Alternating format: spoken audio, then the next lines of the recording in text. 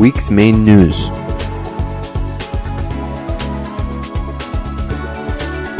Protest at Baku State University fails to materialize.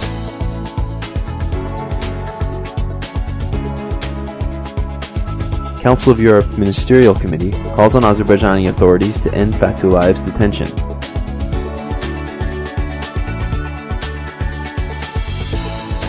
OSCE chairman held closed meeting with leaders of political party.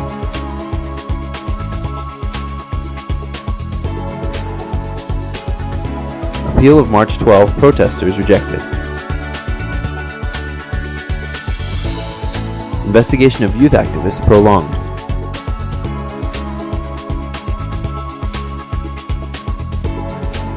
Journalists and youth activists meet Bakhtiar Hajiev's family in Ganja.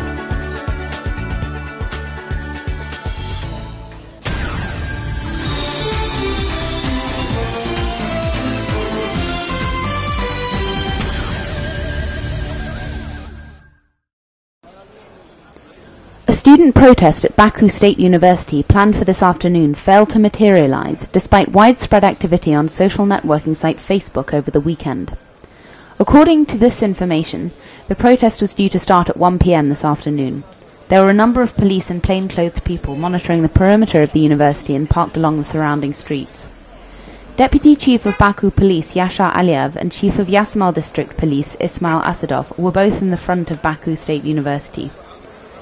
At about 1:30 p.m., police employees started asking journalists and students who'd come to report or observe to disperse and move away from the area.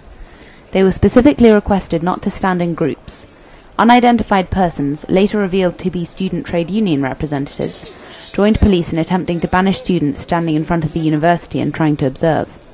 Azadlık newspaper correspondent Ramin Deko, who was waiting to report on the non-existent protest, was removed to inside of the university building by plainclothes police associates before being released once it became clear that there was not going to be any protest. The Council of Europe Ministerial Committee has adopted a decision on the imprisoned journalist Anula Fatullayev. The decision states that deputies are concerned that the Supreme Court confirmed the applicant's sentence to imprisonment for defamation on the basis of a judicial decision dating back to 2006. The decision recommends that the Azerbaijani authorities explore all possible means of ending his detention. They called on authorities to remove all obstacles to the implementation of the court's judgment. The deputies also expressed concern over the fact that the compensation money was transferred to an account frozen by the state. On the 29th of December 2009, 0.223 grams of heroin were reportedly found on Fatullayev in prison number 12. On the 6th of July 2010, Fatullayev was found guilty under Article 234.1, possession of narcotics of the Criminal Code. His sentence of 2 years and 6 months in prison began on the same date. His appeal against the decision was rejected. In 2007, Anula Fatullayev, editor-in-chief of Realny Azerbaijan and Gündelik Azerbaijan newspapers, was sentenced to 8.5 years in jail for threatening terrorism, among other charges. However, on April 22, 2010, the European Court of Human Rights ruled for his immediate release and financial compensation from the Azerbaijani government. The Azerbaijani Supreme Court plenum has only partially fulfilled the decision. Azerbaijan is a close partner of Europe in the security and energy sector, but it needs to work on its democratic development, said OSCE chairman, Lithuanian Foreign Minister Audrūnas Ažubalis. Having met with the leaders of Azerbaijan's political parties in Baku, Ažubalis emphasized that political pluralism should be developed in addition to the freedoms of press, expression and association. Free elections are the foundations of democracy, but Azerbaijan's most recent parliamentary election showed marked room for improvement in this area, he said. According to the chairman, political parties should have free access to the media, and he suggested improving the legislation on political parties so that they could work effectively in parliament and outside it.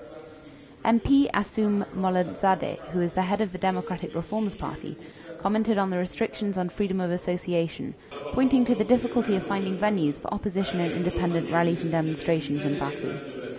He also argued that the conflicts in the South Caucasus are impeding Azerbaijan's democratization.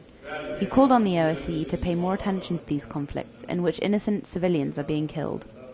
He gave the example of a 9-year-old Azeri boy who was murdered by Armenian military forces. The head of the Justice Party, Ilyas Ismailov, criticized the OSCE's approach to the Karabakh conflict.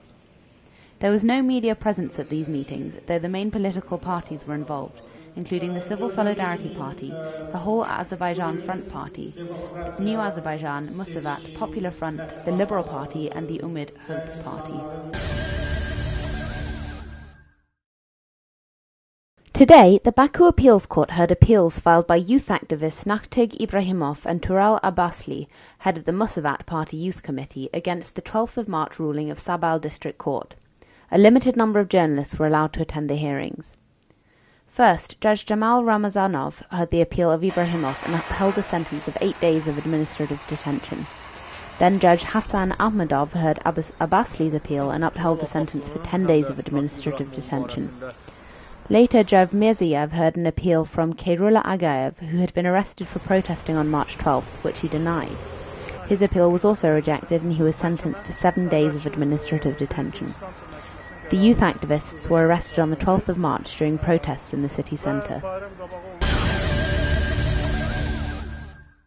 The police investigation of Azerbaijan Popular Front Party youth member Jabar Savalanli should have been concluded by now, but the Sumgait City Police Office successfully appealed to prolong the investigation. Savalanli's lawyer Anar Gasimov reported that he had filed a motion against Sumgait City Court investigator Ziad Khan Aliyev, protesting a second drug test. The hearing had been scheduled for March 28th under Judge Tahima Kalilova. Once these hearings have been held, the preliminary investigation can be concluded. Azerbaijan Popular Front Party member Jabar Savalanli was arrested on February 5, 2011. He is being charged with drug possession, but it is widely thought that his arrest was politically motivated, linked to criticism of the government he posted on social networking sites. The medical examination conducted by the Health Ministry's drug abuse clinic revealed that Savalanli was not an addict and did not require treatment. However, the document did not rule out that the youth activist could have used drugs.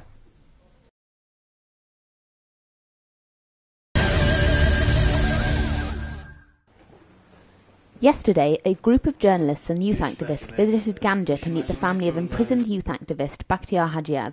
Azadluk newspaper reporter Ramin Deko, Turan News Information Agency photographer Etimad Budagov, Adalat Ahmedov of the Institute for Reporters' Freedom and Safety, head of the Azerbaijan Popular Front Party youth organization Abulfaz Gurbanli, human rights defender Gaya Aliyev, and the head of Bakhtiar Hajiev's Human Rights Committee Raul Abbasov were among the visitors.